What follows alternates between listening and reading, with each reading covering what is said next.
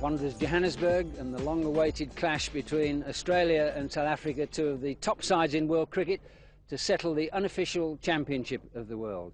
The two sides have met twice since South Africa got back into world cricket 5.5 years ago. Both series finished all square, a victory for each and one drawn game. And the same match at Wanderers 3 years ago, that featured the infamous clash with authority, both with the match referee and then the Australian board of Shane Warne and Merv Hughes. As usual, the pitch is the key thing. Normally Wanderers pitches, fast, bouncy, hard. The previous match here against India a couple of months ago, that was slow and low. And new groundsman Andy Atkinson is a little bit bothered about the amount of moisture in the pitch and how that'll affect what is bound to be a crucial first morning session. Well, there was moisture there, and it was a good toss to lose because neither captain was prepared to bowl first and thus commit his side to the probability of batting last on a wearing pitch. Team news was that South Africa left out Adam Bakker and Australia packed their side with batting. Michael Bevan at 7 and also picked as one of 4 bowlers together with Shane Warne and the new ball pair of Glenn McGrath and Jason Gillespie. McGrath's opening spell was brilliant. He dismissed Andrew Hudson, Jacques Kallis and Gary Kirsten in his first 43 balls for 9 runs. Immaculate line and length was allied to a hostile pace, and 2 of what would be 5 catches for wicketkeeper Ian Healy got rid of Hudson for a duck and Kirsten for 9. The Australians have done their homework on Kirsten with a new ball pair immediately bowling around the wicket to cramp his free offside play, and it worked. Well, at 25 for 3 in the 15th over, the pre-lunch session could have been anything. But Hansie Cronje and Daryl Cullinan, they put on 53 in 20 overs, either side of lunch, before Healy snapped up 2 more catches off McGrath and Gillespie to see off Cullinan for 27 and the restored Jonty Rhodes for 22. Rhodes outside edge, wasn't, yes, he's caught behind. Healy takes another catch. Both were out to loose strokes and Cronje was desperate for the sort of support he finally got from Shaun Pollock, whose 8 fours out of 35 off only 42 balls. That came from the best batting of the day. 50 came for the 6th wicket, only then for Pollock to overreach against Bevan, and Steve Waugh made his first mark on a match he was to dominate with a catch at point. Lance Klusener also went to Bevan. You don't have to be a mathematical genius. He's given him out. Before Warne outplotted Cronje after a fighting 76 from 144 balls, 46 of them in boundaries. Warne crowded every home batsman with 2 pad men except Cronje, and for him he dropped the offside man back on the missed drive and Mark Waugh clung on to a fine catch. Well, that was 195 for 8 and the home side all but down and out on what was now a good flat batting surface. But yet again David Richardson came to the rescue with a wonderfully fashioned unbeaten 72 from 87 balls, and he steered the last 2 wickets to another 102 runs and seemingly keeping his side out of trouble. Alan Donald played his part with 21 out of 58 for the 9th wicket before he wafted at Gillespie with a second new ball, and that brought in Paul Adams for a reprise of his memorable last wicket stand at Newlands against England. He missed more balls than he hit, but the effect was the same. The quicker bowlers lost their cool, the crowd roared as the runs came. McGrath's early patient smiles at the fun and games soon turned into a volley of abuse, which Adams was captured on camera as returning in the most delightful manner. He simply stuck his tongue out. The broadest grin of the lot belonged to Healy when Adams attempted the most ferocious reverse sweep against Warne. The ball before the leg spinner ended the fun with a plumb LBW. Will Warne have the last laugh? I think he might have. Got him. Australia let South Africa off the hook. The lack of a third seamer was quite important, and also they dropped 4 catches with Warne suffering twice. The second day, that was shortened by 30 overs because of bad light and rain, and a closing score of 191 for 4 was the closest the home side was to get in the remainder of what became a one-sided match. Taylor's poor run, that continued, only 270 runs in his previous 15 innings, but he was unlucky to play on to one from Pollock that kept low, the only ball really to misbehave in that fashion in the game. The 2 Matthews, Hayden and Elliott, they batted in contrasting styles in a stand of 95 in 27 overs. Elliott's offside grace, that was in the David Gower class, and he also pulled and hooked with great certainty until he was bounced out by Donald for 85. Hayden, he'd earlier gone to a Cullinan slip catch off Pollock for 40. The batting looked so easy, it was a shock when Donald got Mark Waugh and then Elliott out in 3 balls, both too ugly attempts to pull. The keeper, he's gone. The tough trot continues for Mark Taylor. That's in the air and he's got to be out here. Paul Adams is under it and that's a waste. It really is a shame. It was a very good innings by Matthew Elliott. Steve Waugh and Greg Blewett, they marked the 3rd day by becoming only the 12th pair of batsmen to bat throughout a complete Test day. Previous instance, coincidentally, was by captain and coach Mark Taylor and Geoff Marsh, who scored 301. That was against England at Trent Bridge in 1989. Waugh guided his partner through the day in magnificent fashion, pacing things so well. The 3 sessions were worth 93, 94 and 101. Unblinking concentration, even against the support bowling of Kallis and Cronje, ensured that Australia put the home total into perspective by grinding out a huge lead. And crack that, cop that, go and get that. And that is Steve Waugh at his very best. Brings up the 300. Blewett's 3rd Test 100 to go with a 99 against the West Indies in Adelaide and 450s in only 23 innings. It came off 223 balls, and Steve Waugh's 12th 100 for his country came off exactly the same number of deliveries, although his 13 fours were 4 fewer than Blewett. Had the home bowlers not stuck to it, Australia would have galloped away, but a score of 479 for 4 at the close of the 3rd day meant that the visitors had to bat on for at least half of day 4. Waugh, troubled at one time by a shin problem, he was first to go, caught off a tired stroke off Kallis for 160, but his innings ranks with any he's ever played for sheer value to the cause.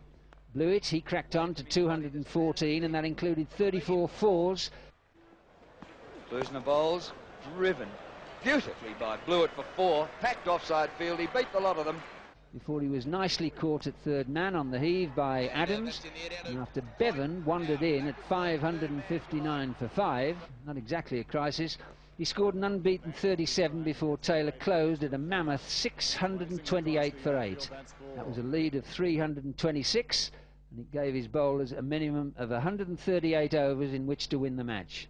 They needed exactly half of them, because the home side collapsed again, this time against the spin of Warne and Bevan, who shared 8 wickets. Kallis, well, he battled away for 48 overs for 39, but with Warne dealing a duck to Cullinan after Hudson was brilliantly thrown out by Steve Waugh, and then the same man strangled out Cronje to a Healy leg side catch. It was only when, not if, Waltzing Matilda would be heard all over North Johannesburg. And a top edge. Oh, that's in trouble. He's gone.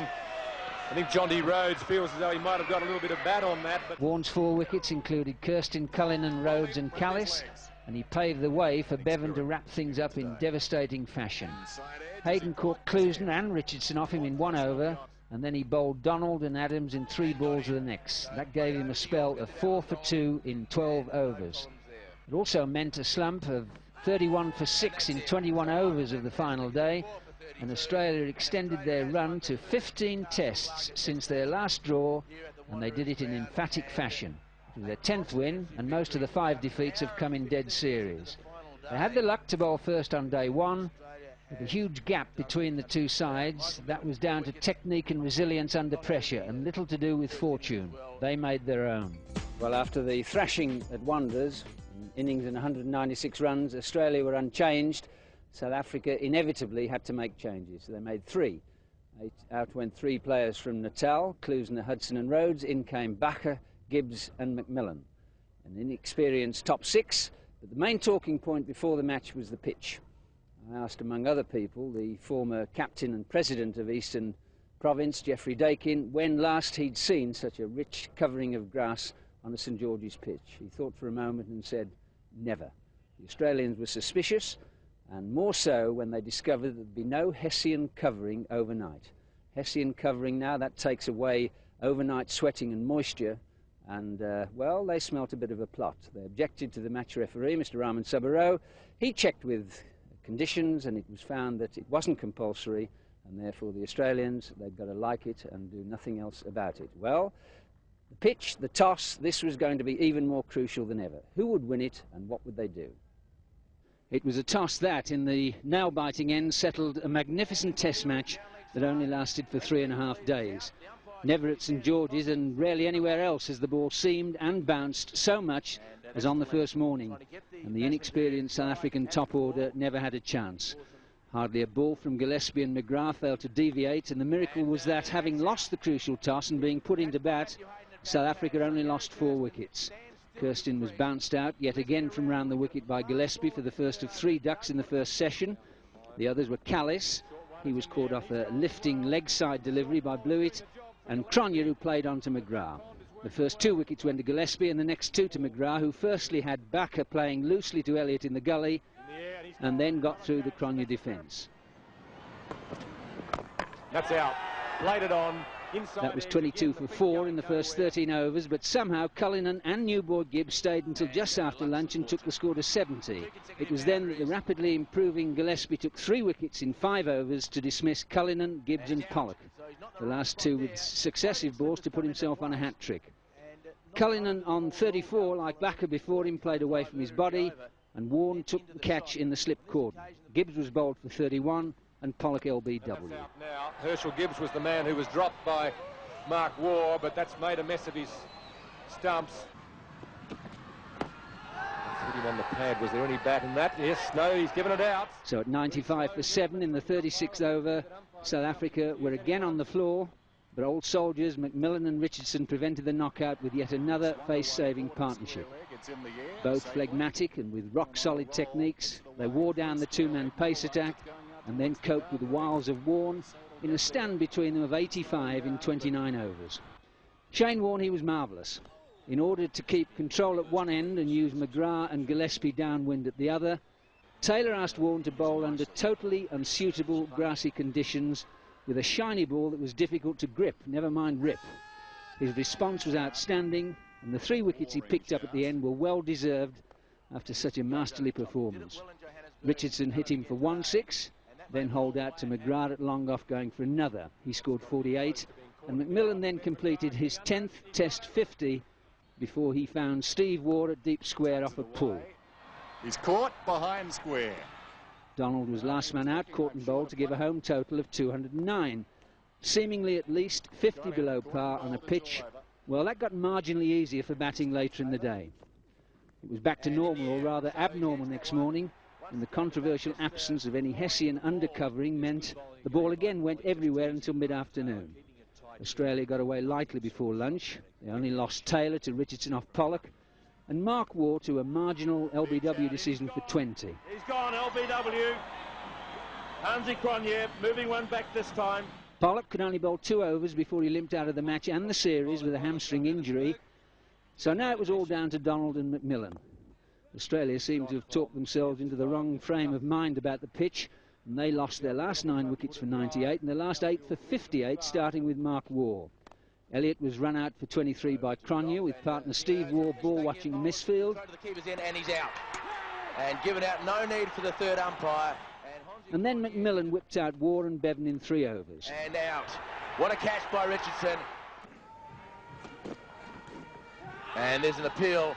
Brian McMillan says you're out, and umpire Venkat agrees. There was a very woody sound. Healy wafted away to no purpose for 33 balls and finally mishooked Cronje, and Blewett was bowled by Donald. That was to be his only wicket in a match in which he bowled magnificently. Bowled him. Blewett is out, and the resistance could be gone. South Africa bowled with purpose and control, but for Australia to concede a lead of 101 to a total of 209 was awful. Worse followed for them, with Kirsten hitting his first ball for 4 and leading Backer into an unbroken partnership that evening of 83 in 30 overs. Brings him forward, and that's a lovely shot. It's not his normal shot, Adam Backer. He normally hits a lot squarer than that. A lovely front foot stride, a full face of the bat meeting the ball. Starting the 3rd day with an overall lead of 184 without loss, with the pitch still too bouncy for comfort, well, that meant that South Africa only had to go most of the way towards doubling that lead and they'd have been out of sight. Instead, their batting was, if possible, even less disciplined than on the first day. Kirsten was done for length by Gillespie, whose 3 wickets before lunch, well, they set the alarm bells ringing. After Callis was brilliantly thrown out by Blewett, Back at top edge to long leg for 49. And Cullinan and Gibbs went for 9 between them. In the air, going down to fine leg, he's going to be caught, and there we go. The real turnaround in this test match now. Confident shot, he's out. Cullinan is out, leg before wicket. Gillespie strikes again. There it is. Beautifully bowled, Glenn McGrath. A lunch score of 137 for 6 after McMillan was LBW to Bevan off the last ball before lunch still gave Cronje, Pollock and Richardson the chance to increase the lead of what was then 238 to over 300. But Warne and Bevan were brilliant. They were helped by poor shot selection, but what a treat to see two such quality spinners in action together. Cronje is one of the best players of spin in world cricket, but his failure to read several googlies from Bevan ended his innings of 27 when he edged to give Healy his 299th test victim. Pollock was LBW to Warne, hiding the bat on the forward push, and that was fair enough. What was not was the wasteful wickets of Donald and Adams to leave a furious Richardson stranded on 3 not out. Donald swung to cover and Adams got out to a reverse sweep off Warne with the latter's laughing reaction. Well, that drew criticism from coach Bob Warmer.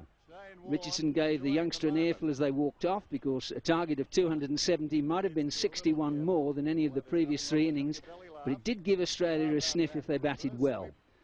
Mark Waugh did more than that. He played an innings of 116 that he described after the match as the best he'd ever played for Australia or in first-class cricket. He came in at 30 for 2 after a run-out that would take pride of place in any museum of collector's items. Left-handers Elliott and Hayden got in such a tangle that they both lunged for the same crease, each unaware of the other. In horse racing, the judge would have asked for a second print, but Hayden's bat, that was a millimetre short of that of his partner, he had to go. Waugh got to 50 off only 87 balls on the 3rd evening, and even though Elliott was caught and bowled by Adams for 44, Australia was strongly placed at the close with 145 for 3, needing another 125. Steve Waugh and Blewett went before lunch, but with Junior Waugh on 86 and the score 204 for 5, Australia still had the edge. And Waugh, beautiful use of the feet, down the ground. He's a beautiful player in form, isn't he? The second new ball brought no better luck to Donald, who had Waugh dropped by Cullinan when the score was 244 and he was 105. Last chance, well, not where this South African side were concerned. 258, Waugh went, 3 wickets went for 7 runs, and suddenly 5 were needed with Ian Healy joined by Gillespie. We might still have a cricket match on our hands. That's going to be close. He's given him LBW. Jacques Kallis strikes again. Get him in singles, George Hurst and Wilfred Rhodes said. Not for Ian Healy. A 6 off Cronje and it was all over. A great, great finish. Signals to the crowd. That's what we want. 6 runs to win it. That's the test match. That's the series. The Australian team are happy. The Australian vice-captain finishes it off in style. You couldn't ask for a better finish. And we got the 3 wickets and I thought it was a big opportunity for us. But it was a very seesaw game. And I thought in the end the difference was probably Mark's batting. We started off really well. They had 8 for 95 and looked like knocking them over for 110, 120. They fought back and knocked us over, and then we fought back. It looked like we were going to win by 5 wickets, and then they fought back right then. It was a great test match, and anyone says test match cricket's dead is a fool. Dead test match? There's no such thing. Players on both sides have got too much to play for, including pride and places.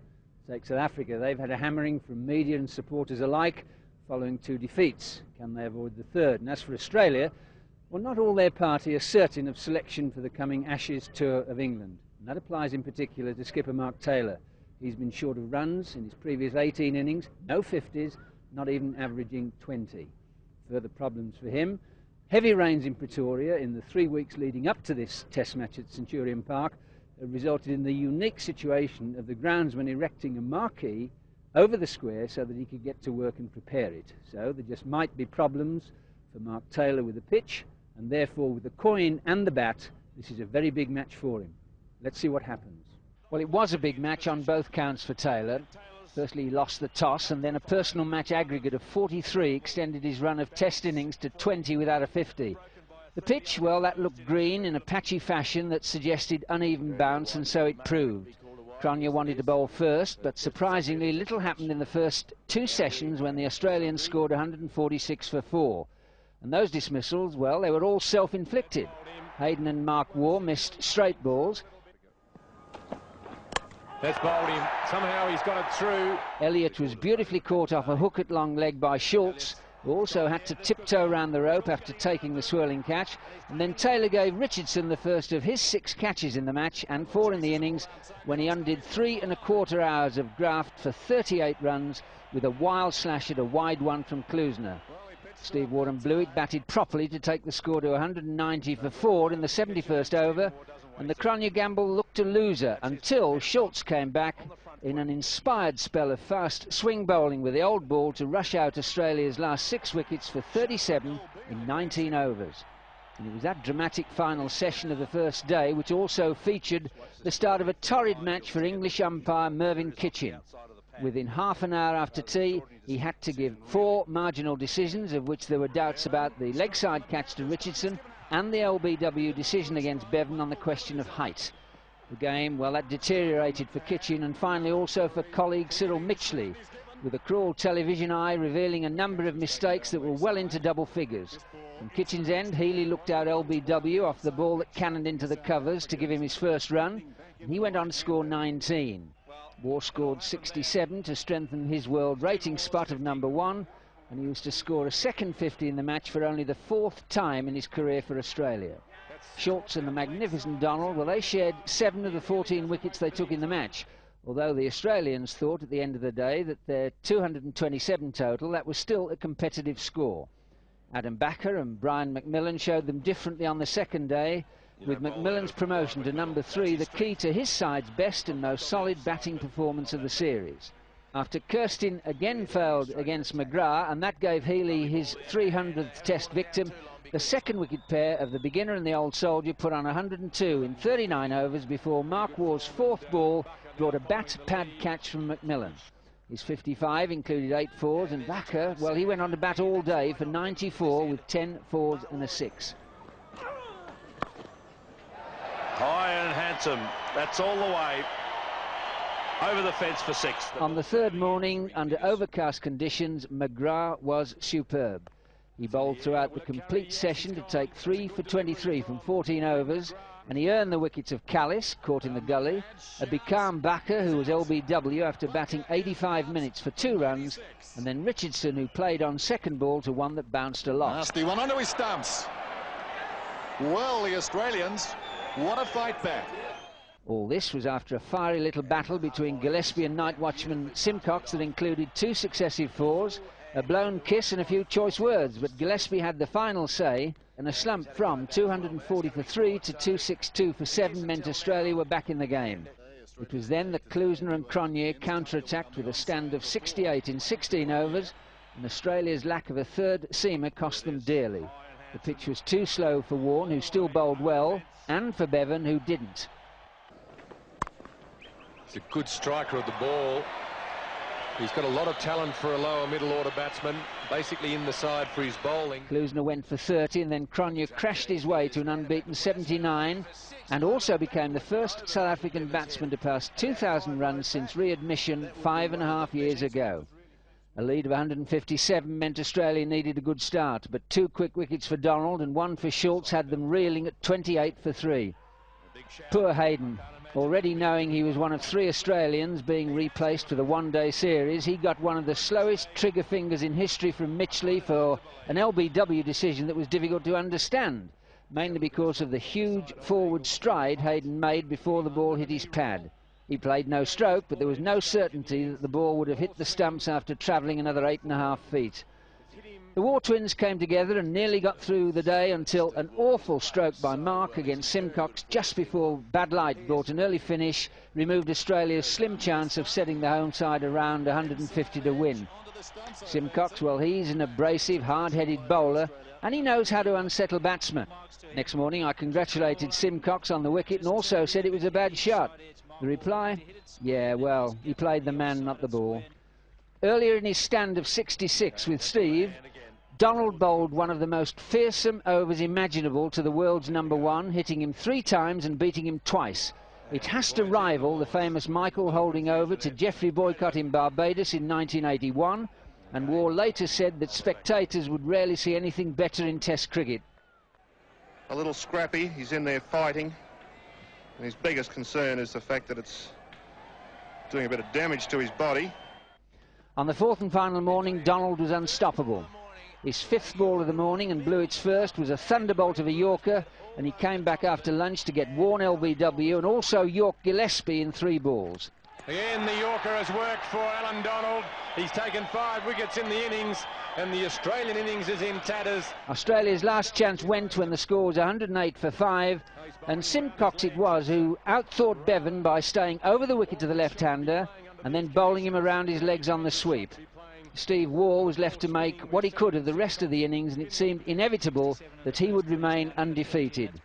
Flashpoint of the morning was the dismissal of Healy, a Mitchley decision that provoked a violent display of dissent from the Australian vice-captain. His behaviour at the crease and in the walk-off would probably have brought action anyway from match referee Raman Sabaro, but what happened towards the top of the stairs leading to the dressing room clinched it. Hands and bat somehow became detached by several yards, and the subsequent 2-match suspension was inevitable. Donald's 5 for 36 was his 8th such haul for South Africa, and took his total of Test wickets to 155 in 33 games, with only Huey Tayfield of that country having taken more, 170. Donald took 41 wickets in his 8 Test matches of the summer, and when he showed at Centurion Park that when pace, hostility and rhythm merge, he's not just among the world's best fast bowlers, he is the best. Needing 29 to win is often a no-win situation for the openers, and both Kirsten and Bacher went for 15 to underline what a chance Australia missed by not batting well enough in either innings to set South Africa a target of 150. The win by 8 wickets, well, that restored some local pride. As for Australia, they deservedly won the series. They were the better side, but not by as much as that first Test win at Wanderers by an innings and 196 runs suggested.